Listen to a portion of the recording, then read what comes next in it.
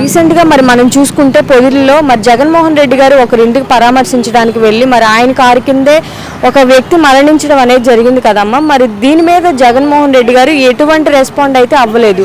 So దీని మీద మీ అభిప్రాయం ఏంటి? మేడం, పరామర్శించడానికి ఖచ్చితంగా వెళ్ళాలా, ఆ మనిషిని చూడాలా, తెలిసిందే ఆర్థిక సాయం చేయాలా, ఎంత చేయగలుగుతాం అనేది చూసి చేయాలా. కానీ ఈ విధంగా చేయడం జగన్మోహన్ సార్ కరెక్ట్ కాదు మేడం. మరి ప్రాణాలు కోల్పోయింది ఒక సామాన్యుడు కదమ్మా. మరి ఆ సామాన్యుడి గురించి మరి మాట్లాడాలి కదా. ఎంతైనా ఆయన ఒక ఎక్స్ సీఎం అయి ఉండి మరి ఆయన కారు కిందే మరణించినప్పుడు అతను రెస్పాండ్ అయ్యి మరి మాట్లాడాలి కదా. ఎంతవరకు కరెక్ట్ అంటారు ఇలాగ ఆయన ఉండడం మౌనంగా? ఆయన మౌనంగా ఉండడం కరెక్ట్ కాదు మేడం. ఆయన సామాన్యుడే కాబట్టి ఆర్థికంగా సాయం చేయాలి. ఆయన కారు కింద పడినాడు కానీ ఆ సార్ ఇవ్వకపోవడం అనేది ఆయన కారు కింద పడి ఇప్పుడు మన ప్రభుత్వమే ఆ విధంగా చేసింటే ఎంత ఇది ఎరుమరు చేసేవాళ్ళు. ఇది మరి ఆయన్ని ఎవరు ప్రశ్నించే వాళ్ళు లేరు, ఈరోజు ఎవరు మాట్లాడేవాళ్ళు లేరు. కానీ మాకు ఆ రైట్స్ ఉంటే మేమే చేసేవాళ్ళం, కానీ మనం చేయలేము. ఆ సార్ వాళ్ళ ఫ్యామిలీని ఏదైనా ఆర్థిక పరంగా ఆదుకోవాలా, నుంచి ఏదో పొరపాటు జరిగిపోయిందని ఉండే వాళ్ళకన్నా సాయం చేయాలన్నమాట. మరి తల్లికి వందనం గురించి మీ అభిప్రాయం ఏంటి? మరి చంద్రబాబు నాయుడు గారు ముగ్గురుంటే ముగ్గురికి, నలుగురుంటే నలుగురికి, ఇద్దరుంటే ఇద్దరికి ఈ పథకం అనేది వర్తిస్తుంది అని చెప్పడం జరిగింది కదమ్మా. నిజంగానే అలాగా వేసి చూపించారంటారా? లేదు మేడం, వేసి చూపించారు మేడం. తల్లికి వందనం ఇంతకుముందు ఒకరికే వచ్చేది, ముగ్గురు పిల్లలు ఉన్నా కూడా వాళ్ళు ఇద్దరు పిల్లలు చదివించుకోలేని పరిస్థితుల్లో ఉండేవాళ్ళు. ఇప్పుడు తల్లికి వందనం వస్తుందని పనికి పంపే పిల్లలు కూడా స్కూల్కి పంపుతున్నారు. స్కూల్లో తల్లికి వందనం వస్తుంది, బుక్స్ అన్నీ మనకు అనుకూలంగా ఉన్నాయనేసి తల్లికి వందనం 12 మంది ఉంటే ఆ 12 మందికి కూడా వేశారు మేడం. సార్ 12 మందికి కూడా చాలా హ్యాపీ, పాలాభిషేకం చేసినారు సార్కి. ఎక్కడమ్మా 12 మందికి వేశారా? అవును మేడం, 12 మందికి వేశారు. 12 మందికి కూడా వేశారు. అది 150 ఎంతో వేశారు, 150 లక్షలు ఎంతో వేశారు. అమౌంట్ నాకు కరెక్ట్గా తెలియదు.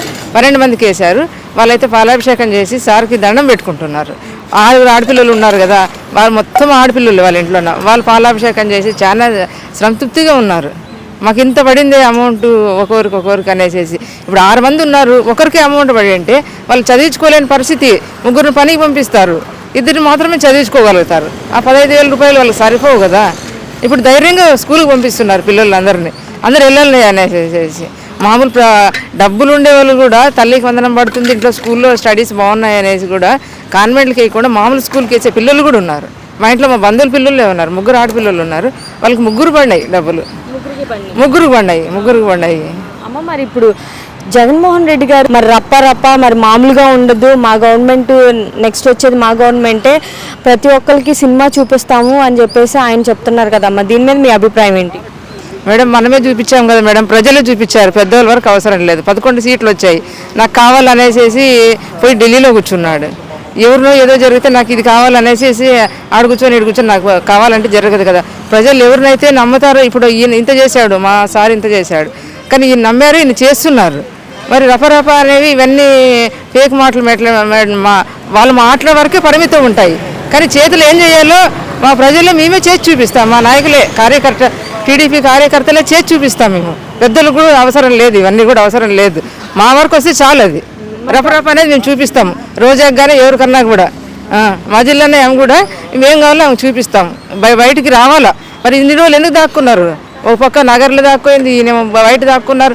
ఎందుకు దాక్కున్నారు రపరప అనేవాళ్ళు? మరి ఇప్పుడు గతంలో జగన్మోహన్ రెడ్డి గారు ఉన్నప్పుడు రేషన్ అనేది ఇంటి వద్దకు వచ్చేది వ్యాన్ రూపంలో. మరి ఇప్పుడు చంద్రబాబు నాయుడు గారు మరలా పాత పద్ధతి తీసుకురావడం జరిగింది కదమ్మా. డిపోకి వెళ్ళి 15 రోజుల్లో ఎప్పుడైనా తీసుకోవచ్చు అని చెప్పి.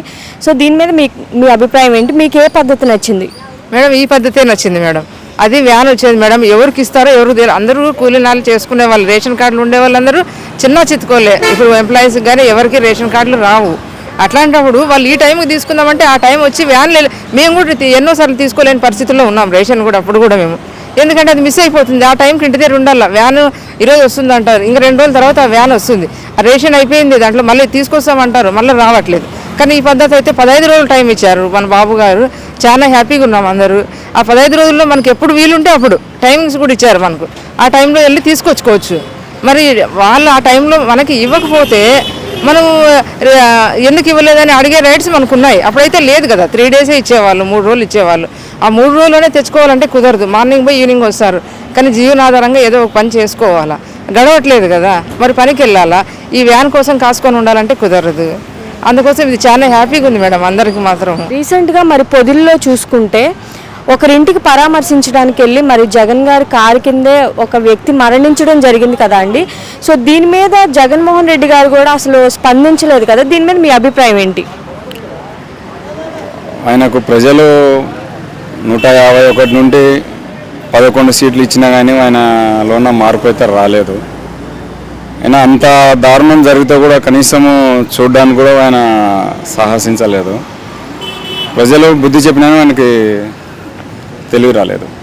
అంటే కనీసం ఒక మరి సామాన్యుడు చనిపోయినప్పుడు దాని మీద రెస్పాండ్ అవ్వాలి కదా, మరి ఒక ఎక్స్ సీఎం అయి ఉండి ఈ రెస్పాండ్ అవ్వకుండా ఉండడం అనేది ఎంతవరకు కరెక్ట్ అంటారు?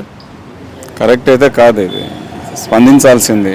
అని దీనికి మన సొసైటీలో అయితే దీనికి స్థానం లేదు. ఆయన చెప్పిన విధంగా చట్టం అనేది ఉంది, చట్టం తన పని తను చేసుకుని పోతుంది. మరి జగన్మోహన్ రెడ్డి గారు అంటున్నారు కదండి, నెక్స్ట్ వచ్చే గవర్నమెంట్ మాదే, రప్పా రప్ప మరి మామూలుగా ఉండదు, మా గవర్నమెంట్ వచ్చిన తర్వాత ఒక్కొక్కరికి సినిమా చూపిస్తాము అని అంటున్నారు కదా.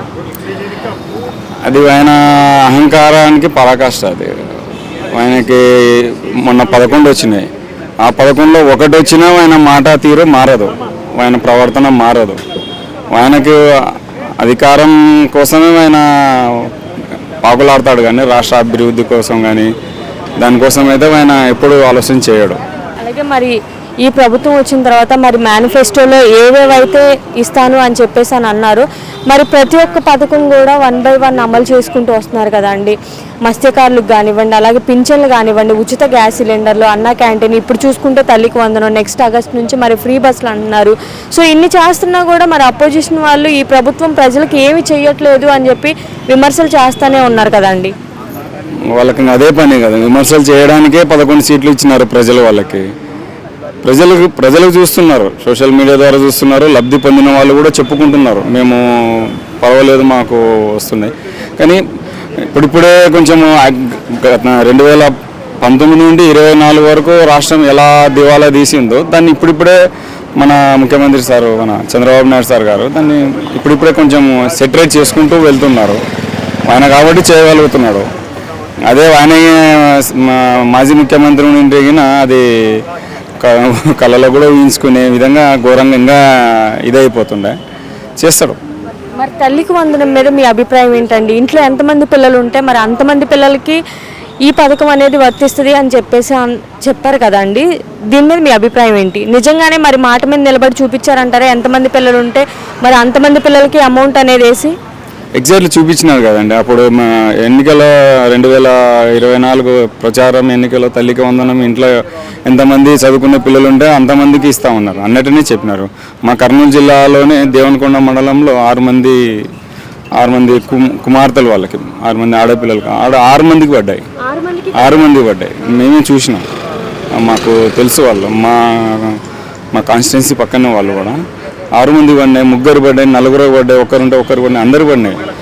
అందులో డౌట్ ఏం లేదు. కాకపోతే చిన్న ఇంకా కొద్దిగా ఎక్కడో మన వెబ్సైట్ సర్వర్ కొద్దిగా ఇది కారణంగా కొంచెం నిదానంగా పడుతూ ఉన్నాయి.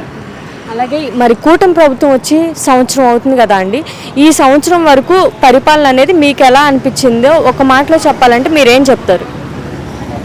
అంటే సాటిస్ఫైగానే ఉన్నాం. అందరూ కూడా బాగానే జరుగుతుంది, జరగబోతుంది అని అనుకుంటున్నాము. నెక్స్ట్ మరి మన ఏపీ మంచి డెవలప్మెంట్ కావాలి అంటే మరి సీఎంగా ఎవరు రావాలనుకుంటున్నారు?